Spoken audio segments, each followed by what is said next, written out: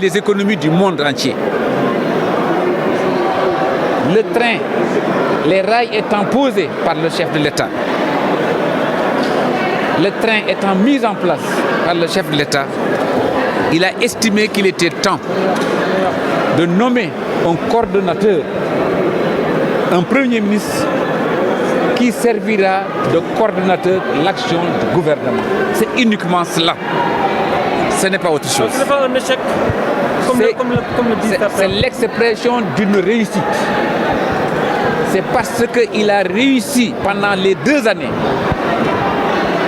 à mettre en acte, à poser les jalons de son programme qu'il a estimé qu'effectivement aujourd'hui, il pouvait se permettre de prendre un peu de recul et de permettre à celui qui sera simplement le premier parmi les ministres.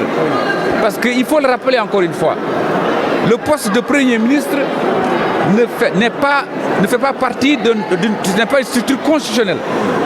Ce qu'il y a, c'est le président et le gouvernement. Le président, le Premier ministre est tout simplement le premier parmi les membres du gouvernement. Et son rôle est un rôle de coordonnateur.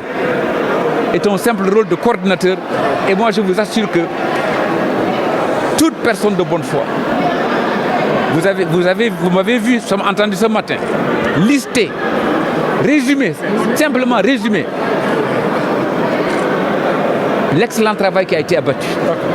Un travail qui a pu se faire parce que le mode fast-track qu'il voulait, il ne pouvait le faire que s'il était en contact direct avec chaque membre du gouvernement.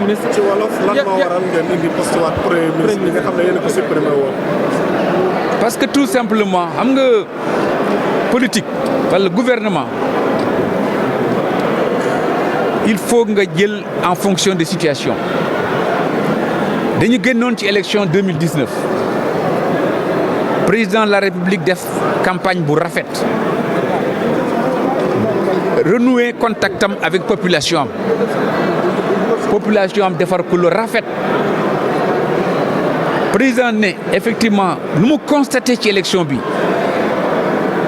demande sociale est forte. Donc, pendant cette période-là, nous avons Premier ministre.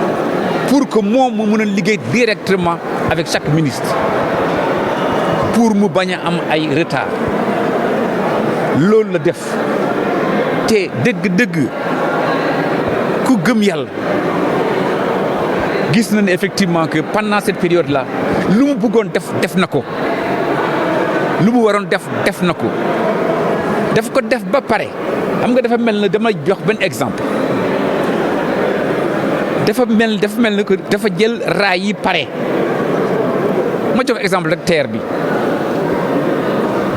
boo defee terre def raay yi jënd wagon yi def test yi bu mu desee juste pour mu circuler foofu lañu gouvernement bi agsi léegi foofu moo tax président ne léegi lu mu bëggoon def na ko donc mun na jël tuuti recul nommé benn nit mu ñu bu ñu nooyee premier ministre pour mu nekk coordonnateur action gouvernementale bi loolu kese la maa ngi leen di remercier. Jërëjëf, merci.